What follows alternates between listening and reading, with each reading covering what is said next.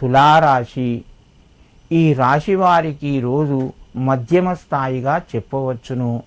ప్రయత్నాలు మెల్లగా ముందుకు వెళ్తాయి.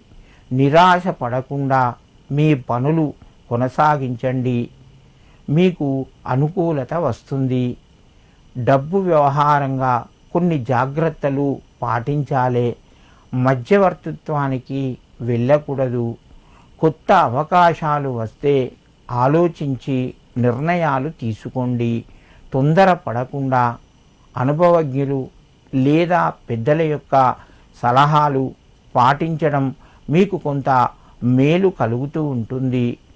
తులారాశి వారు ఈరోజు శ్రీ ఆంజనేయ స్వామి యొక్క నామాన్ని స్మరిస్తూ మీ పనులు ప్రారంభించండి. మీకు కొంత అనుకూలత కలుగుతూ ఉంటుంది.